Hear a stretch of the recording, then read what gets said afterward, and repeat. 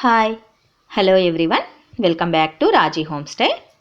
Today Raji హోమ్స్టైల్లో కరకరలాడుతూ ఉండే చేపల వేపుడిని సింపుల్ ప్రాసెస్లో అతి తక్కువ నూనెతో ఎలా చేసుకోవాలో ఈరోజు ఈ వీడియోలో చూసేద్దామండి.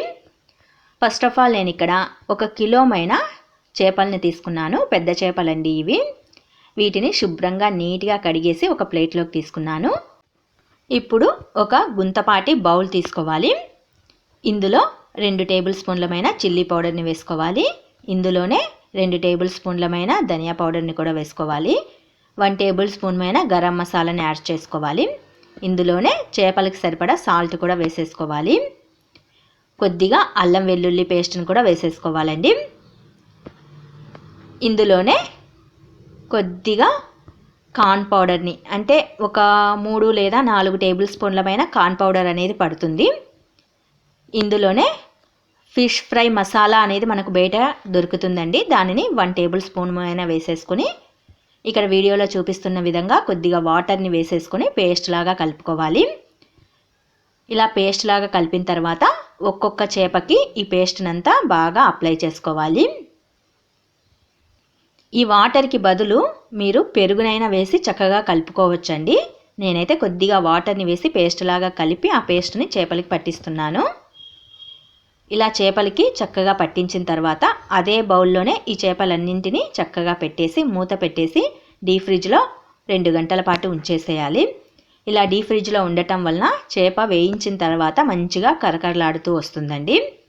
అప్పటికప్పుడు చేసుకుంటే చేప అనేది మెత్తగా పీస్గా అనిపిస్తుంది, అంత రుచిగా అనిపించదు. సో డీప్ ఫ్రిడ్జ్లో ఒక 2 గంటల పాటు పెట్టేయండి. డీప్ ఫ్రిడ్జ్లో పెట్టిన తర్వాత స్టవ్ పైన వెడల్పాటి ప్యాన్ పెట్టేసి ప్యాన్ బాగా హీట్ అయిన తర్వాత 2 లేదా 3 టేబుల్ స్పూన్లమైన ఆయిల్ని వేసి ఈ ఫిష్ని వేసేసి అటు ఇటు తిప్పుకుంటూ చక్కగా ఫ్రై చేసుకోవాలి. ఆయిల్ అనేది ఎక్కువగా పట్టదండి, చాలా తక్కువగానే పడుతుంది. చాలామంది ఆయిల్లో వీటిని డీప్ ఫ్రై చేసి తీస్తూ ఉంటారు. అలా ఏమీ అవసరం లేదు.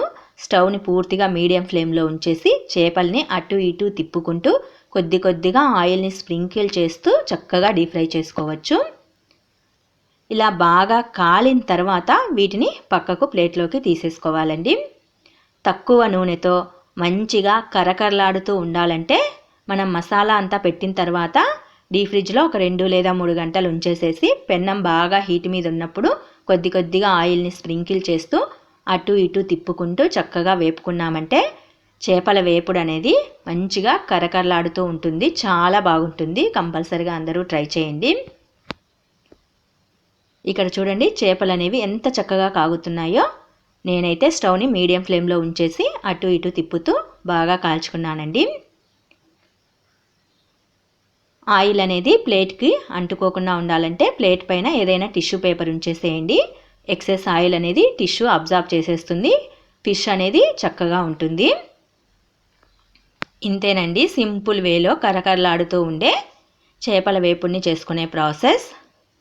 మీకు ఈ ఫిష్ ఫ్రై అనేది కొద్దిగా స్పైసీగా అనిపించాలి అంటే పైన కాస్తంత లెమన్ జ్యూస్ని పిండేసుకోండి. కొద్దిగా ఆనియన్స్ని మధ్యలో వేసేసుకొని ఫిష్ ఫ్రై తింటూ ఉన్నప్పుడు ఆనియన్స్ని మధ్యలో నములుతూ తిన్నామంటే మరింత టేస్టీతో ఉంటుంది. కంపల్సరిగా అందరూ ట్రై చేయండి. మరి మీకు నేను చేసిన ఈ చేపల వేపుడు వీడియో నచ్చినట్లయితే మరికొన్ని ఇలాంటి వీడియోస్ కోసం వెంటనే మా ఛానల్ అయితే సబ్స్క్రైబ్ చేసుకోండి. Please support my channel.